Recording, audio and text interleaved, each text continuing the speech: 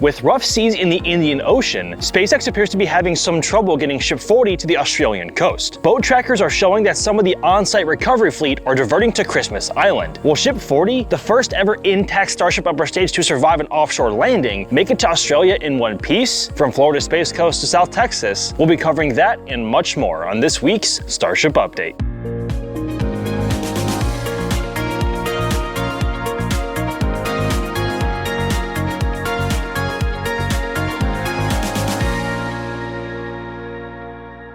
While Ship 41 is still tucked away inside Megabay 2, this week we got a much better view of how Ship 42's heat shield is doing. Megabay 2's door was rolled up, showcasing Ship 42 all the way up to its catch points. Looking at the heat shield, there's a bigger patch of tiles still missing. But upon further inspection across the rest of the heat shield, the rest seems as it should be. Coming back down the ship, we can see that the left aft flap has still yet to be installed. It's still sitting in the same position as last time, behind the ship itself, with hopefully installation underway soon. Moving over to Megabay 1, Booster 22's methane tank was lifted onto its liquid oxygen tank. With Booster 22 now fully stacked, it will have its autogenous pressurization lines, which keep the fuel tanks at their optimized pressures while they gradually empty of propellant, plus electrical work and all the other bits installed before heading to Massies for cryo testing. And within the hour of Booster 22 being fully stacked, SpaceX had already rolled out the Common Dome section at a Starfactory for the next booster in line, Booster 23. As the name implies, the Common Dome is a dome shared by both methane and oxygen tanks. Because both propellants here are held at similar temperatures, they don't need insulation between the two tanks. With the Common Dome acting as the bottom of the methane tank and the top of the oxygen tank, you can save a lot of weight and material on the booster overall. While Megabays 1 and 2 are stacking and servicing boosters and ships for now, Gigabay is continuing to move forward with construction. This week, more roof and wall panels have been installed around all sides. Gigabay is nearing its full height now, and it's wild comparing it to both Megabays in terms of scale. Along with the work happening on the outside of Gigabay, SpaceX is also continuing to prepare the interior for vehicle assembly. Air conditioning units have been spotted inside the bay, and the bridge crane components have been located nearby. This will be a very nice addition to all Megabay and Gigabay workers, as there is no air conditioning anywhere around there yet. Well, besides the wind. But that's not really cool anyway, being in South Texas. Checking in on the Sanchez lot, we see the booster transport stand has received its black coat of paint after last week's primer coat. This might be the last bit of work for it, and with the increasing rate of booster production, the need for more booster transport stands will only grow, especially with the Cape side of Starship coming online. The Cape does have its own booster transport stand now, but only having one is a major bottleneck, especially when launch cadence and operations really pick up around here. I mean, we have our own Gigabay for that matter. This week, what could be a launch mount work platform was transported from the port of Brownsville to Sanchez. It's currently in two sections, the taller of which will sit between the hold down clamps and the other will sit on top of it. SpaceX currently has to put up scaffolding around the launch mount and man lifts in the trench every single time they want to perform inspections or repairs, like after launch. Having one work platform to use for the launch mount opening will save them a lot of time and effort on scaffolding, as well as giving them better access overall. It could also help with the latter stages of getting the launch mount for Pad 1 ready for operations. And speaking of Pad 1, SpaceX has lifted pieces of its second layer onto its new launch mount under construction at Sanchez this week. While we're still some time away from its completion, let alone Pad 1's return to service, it's nice to see some progress here. Let's head over to Starfactory now and catch up on some nose cones. A lot has happened since our last visit. Ship 43 has turned around once again, with its TPS facing the windows. With the forward flaps tucked in and its possible flight companion, Booster 23, having its first two barrel sections rolled out for stacking, we should see the Pez dispenser rolling out to Megabay 2 soon, followed then by the nose cone itself to be stacked on top of it. The nose cone next in line after Ship 43 also had some tile work done. Perhaps Ship 44? It's kind of hard to say right now. Interestingly, SpaceX installed some orangey light brown felt as opposed to the usual white felt on the nose cone. Also captured in the same photo, we saw some labels explaining what some of the colors on the heat shield tiles mean.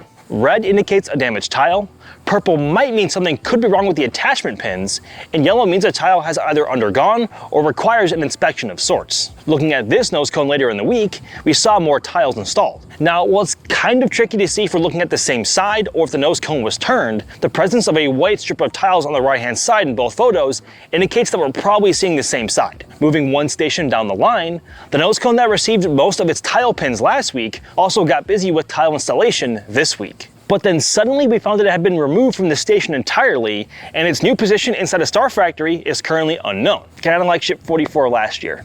Good times. While this nose cone has seemingly vanished, 3 other stations had also received nose cones this week. With the high demand for Gigabay to stack new ships and boosters in the future, SpaceX is getting as many nose cones ready in the pipeline as possible. We can also see the jig for installing the present COPVs and, for now, the missing transfer tubes from the header tanks being prepared as well. Heading on over to the launch site now, at Tower 1, SpaceX has begun rebuilding the housing where the tower's drawworks will be positioned. The housing will help protect the drawworks during launch and catch operations. When this housing is complete, the drawworks can be installed and we'll see the chopstick block getting reeved, allowing the chopsticks to be lifted up the tower for the first time since Flight 11. The Buckner LR11000 crane also picked up its counterweight tray this week. Just like it did over at Pad 2, this crane will need this counterweight tray to lift the roof structure currently sitting next to the tower up onto the top. The counterweight tray will help keep the crane balanced, preventing it from tipping over while the roof is being lifted and installed. The roof itself is designed to protect the tower from the exhaust of both boosters and ships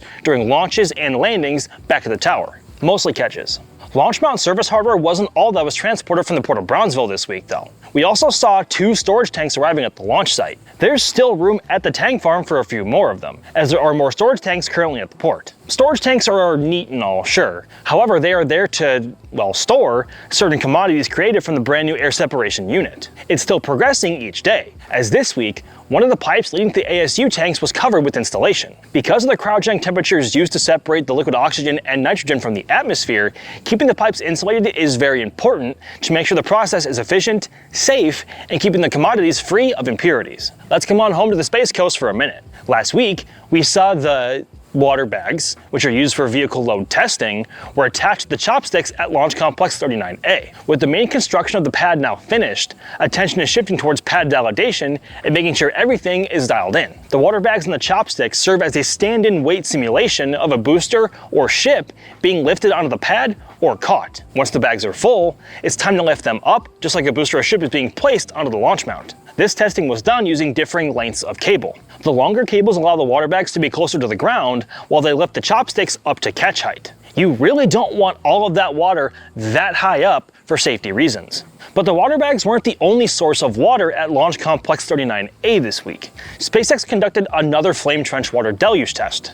You may recall similar testing before Pad 2 and Starbase came online. During liftoff, the heat and shock waves created by 33 Raptor engines on Super Heavy could easily obliterate the entire pad and supporting infrastructure if not contained. To combat this, SpaceX pumps over 750,000 gallons of water through the flame diverter and the launch mount's top deck. That all flashes to steam, therefore protecting immediate infrastructure from the heat and ablation from Super Heavy's exhaust. It really is that simple, but much more simple in principle than in practice, as making a system of this scale work as intended is an incredibly daunting engineering challenge. While the flame trenches system as a whole was used during this test, the top deck still has yet to be activated at all. But with a lot of work still happening on the mount itself, we'll have to wait a bit before that wraps up and clears the way for top deck testing. Moving up the tower, sparks were also observed from the ship quick disconnect arm. Although we're unsure of the exact purpose of this activity, final adjustments are probably being made before the pad is deemed ready to receive a vehicle and begin pre-flight testing. After the SQD arm was lifted into place,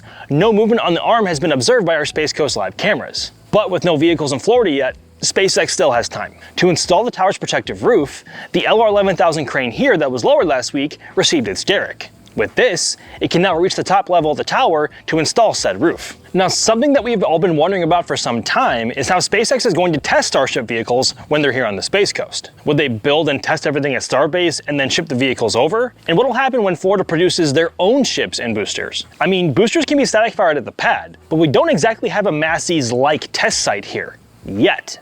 Well, last week, SpaceX filed an environmental resource permit to develop a testing facility called Project Ignition, near their existing complex at Roberts Road. I mean, they really only have to crowd test ships and boosters and perform static fires of ships here. Taking into account that SpaceX will build this site to handle the high production rate of vehicles here, along with its relative location compared to Roberts Road, we could see multiple crowd test stations along with static fire stands here for ships. Just like Starbase, the booster static fire campaign will take place at the launch site on the pad itself. Boosters are just too powerful to justify having a static fire stand in this area, and not to mention the additional risk of how much more propellant they hold compared to ships. SpaceX would need to build another launch pad-like facility at Pad 39 or Pad 37 if they solely want to accommodate booster static fires. Therefore, it's just much easier to use the launch pad itself as your static fire station. This 55-acre plot near Roberts Road is almost the same size as that at Massies and Starbase. This is a strong sign of things to come and should help streamline Starship production and testing here on the Space Coast. Meanwhile, on the other side of the planet, the situation with Ship 40 is continuing to evolve on the Indian Ocean.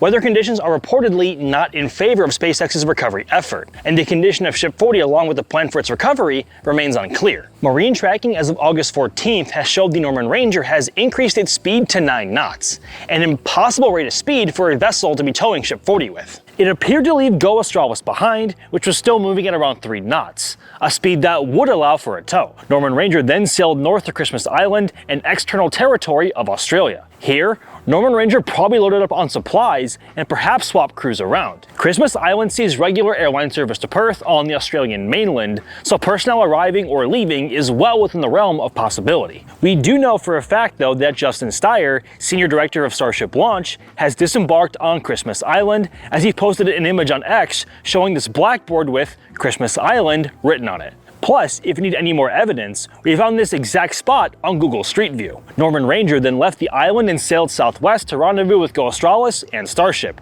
which have both since begun heading directly towards Christmas Island at a rate of approximately 2 knots, an indication that Ship 40 remains under tow. It's not entirely clear what SpaceX might do when they get to Christmas Island though. The port isn't really designed to handle offloading a 50-meter tall, 9-meter wide spaceship, and even if they do pull that off, what's next for Ship 40? Perhaps this is just a rest stop for Ship 40 and they'll continue moving towards Australia afterwards. Right now, we really don't know, but the convoy should be arriving just after this episode is published, so we'll have to keep an eye on what happens next. My main concern this whole time in the rough seas has been Ship 40's tank structure. It's not meant to handle varying loads while laying horizontal. One rogue wave could wash over and buckle its tank structure or shift the Pez dispenser door enough to allow water ingress, which could send it under. If this does turn out to be the end of Ship 40, it has lasted far longer than expected and has really shown how robust it really is.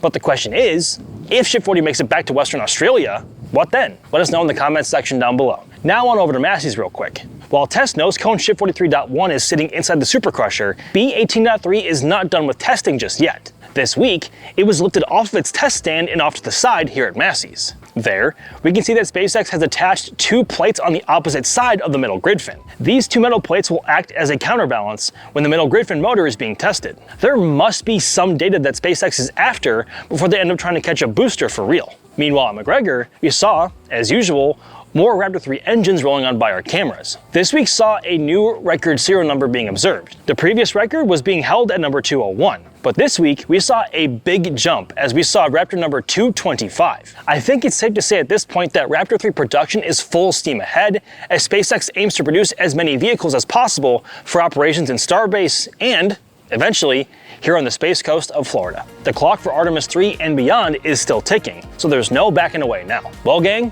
what do you think? Will Ship 40 make it back to Australia? And when do you think we'll see Booster 21 and Ship 41 rolling out for the static fire test campaign ahead of Flight 14? Let us know in the comments section down below. I'm Max Evans for NSF. Thank you very much for watching, and I'll catch y'all next time.